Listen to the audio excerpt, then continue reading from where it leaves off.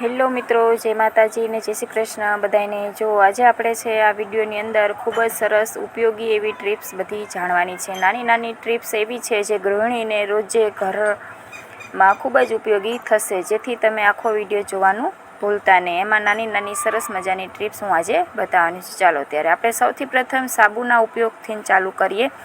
બધાના ઘરમાં આવી રીતે નાહવાના સાબુ અથવા કપડાં ધોવાના સાબુના કટકા તો વધતા જ હોય છે। આખો સાબુ પૂરો થઈ જાય પછી આવા કટકા પડ્યા રહેતા હોય છે, જેને આપણે એમ જ ફેંકી દેતા હોઈએ છીએ અથવા તો કંઈ વપરાશમાં આવતા નથી અને નવો સાબુ ઉપયોગમાં લેતા હોઈએ છીએ। તો આજે આપણે આ સાબુનો ફરીથી સરસ એવો ઉપયોગ કરવાના છીએ, જેનાથી આપણે પૈસાનો પણ બચાવ કરી શકશું। આ સાબુને આપણે એક નાની તપેલીમાં લઈ લીધા છે કટકાને, અને એમાં થોડુંક પાણી નાખશું અને એનું આપણે એક સરસ મજાનું લિક્વિડ ફોર્મ બનાવવાનું છે।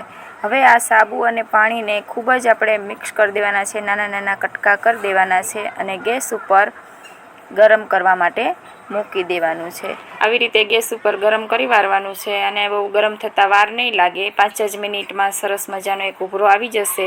એટલે આપણે અથવા ઉભરો ન આવે તો પણ બધું મિક્સ થઈ જાય, પાણી જેવું થઈ જાય એટલે આપણે એને નીચે ઉતારી લેવાનું છે। હવે સહેજ ગરમ થવાનું ચાલુ થઈ ગયું છે, એટલે કે ઉભરો આવે એવું ચાલુ થઈ ગયું છે। બસ 5 જ મિનિટ લાગશે, વધારે લાગશે નહીં, અને પછી આપણે નીચે ઉતારીને સહેજ ઠંડુ કરી નાખવાનું છે આ પાણીને। હવે જો ઉભરો આવે એવું દેખાય છે, આવું એકદમ પાતળું એવું બની ગયું છે પાણી।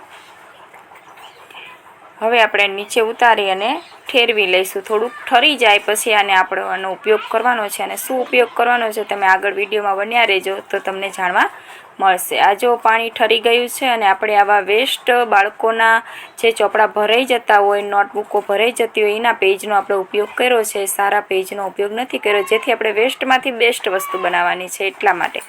તો આપણે ચોપડા ભરાઈ ગયેલા પેજને લીધા છે અને એમાં આપણે આવી રીતે પાથરી દેવાનું છે આ લિક્વિડ છે। ઘડીક વાર માટે ઠરવા દઈશું 5 મિનિટ, એટલે સહેજ જાડું થઈ જશે ને પછી સરસ એવું પાથરી શકશું આપણે। આવી રીતના જુદા જુદા પેજમાં પાથરી દેવાનું।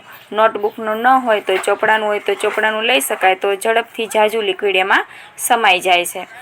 મારી પાસે નોટબુકો હતી એટલે મેં નોટબુકોના પેજ લીધા છે અને આવી રીતે બધા જ પેજની અંદર ધીમે ધીમે પાતળું પાતળું પાથરી દેવાનું છે, જેથી સુકાવામાં વાર ન લાગે। બહુ જાડું પાથરવાનું નહીં, જેથી પતલું હોય એટલે જલ્દી સુકાઈ જશે।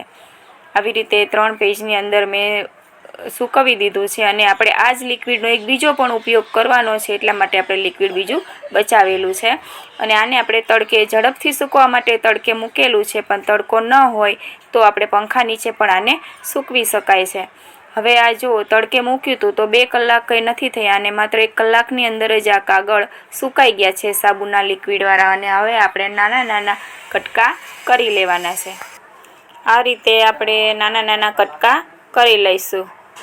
જો પેજ મારે નાના હતા એટલે મેં 1ના 4 કટકા કર્યા છે, પણ આપણે ચોપડાના પેજ મોટા લીધા હોય તો એના વધારે કટકા પણ કરી શકીએ। ને આ રીતે આપણે રિંગ મારી દઈશું, જેથી પેજ આડાવડા થઈ જાય નહીં। અને પછી આપણે ગમે ત્યાં બહારગામ ફરવા જઈએ ત્યાં આપણે આપણા પર્સની અંદર આને સાથે લઈ જઈ શકીએ છીએ। સાબુ, મોઢું ધોવા માટે સાબુ અથવા હેન્ડ વોશ કરવા માટે સાબુ લઈ જવાની જરૂર કે શેમ્પૂ લઈ જવાની જરૂર પડતી નથી। આ રીતે આપણા પર્સમાંથી એક પેપર આપણે બહાર કાઢી અને હાથ સરસ રીતે આપણા ચોખ્ખા હાથ આપણે કરી શકીએ છીએ। ક્યાંય નાસ્તો કરવા બેસીએ કે જમવા બેસીએ ત્યારે આ પેપરનો ઉપયોગ સરસ રીતે આપણે કરી શકીએ છીએ। હાથ એકદમ ક્લીન અને સરસ થઈ જાય છે। તમે જુઓ, પાણીવાળો સહેજ હાથ કર્યો તો કેટલા સરસ ફીણ વેરા છે અને બહુ જ સરસ એવો આનો ઉપયોગ થાય છે। આનાથી આપણે મોઢું પણ સરસ રીતે સાફ કરી શકવી છે, સાબુ અને શેમ્પૂની જરૂર પડશે જ નહીં।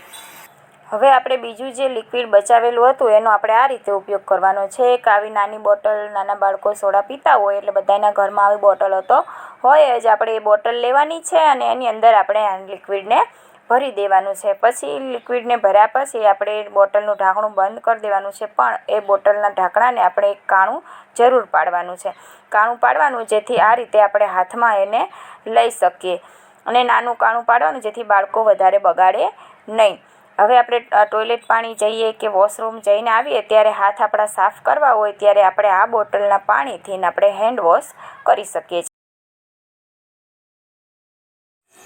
હવે આપણે રસોડાને ઉપયોગી એક ટ્રીપ્સ જોવાની છે. રોજબરોજની રસોડાની આપણે કામગીરીની અંદર લસણ, ડુંગળી, મરચાં આવું બધું ખાંડવાનું થતું હોય છે ત્યારે થોડુંક જ હોય ને ત્યારે આંખમાં આપણને ઉડે છે, એના લીધે આંખો બળે. તો આપણે શું કરવાનું છે કે આપણે બહારથી જ્યારે જમવાનું લાવતા હોઈએ છીએ, પંજાબી શાક હોય, પછી મંચુરિયન, આવું બધા એના ડબ્બા એની સાથે આવતા હોય છે, તો એ ડબ્બાનું ઢાંકણું આપણે એક લઈ લેવાનું છે અને વચ્ચેથી કાપીને આ રીતે ફિટ બેસાડી દેવાનું. પછી આપણે કામ આપણું કરવાનું છે, તો ઉડશે નહીં.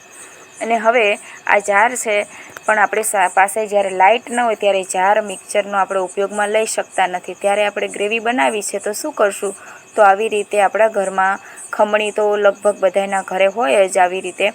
તો આપણે કોઈ પણ વસ્તુને ખમણવી હોય, ગ્રેવી જેની પણ બનાવી એના 2 કટકા કરીને આવી રીતે છોલી નાખવાની, એટલે સરસ મજાની ઝીણી ગ્રેવી થઈ જશે. અને ટમેટાના તો જુઓ તમે, છાલ પણ સરસ નીકળી જાય છે.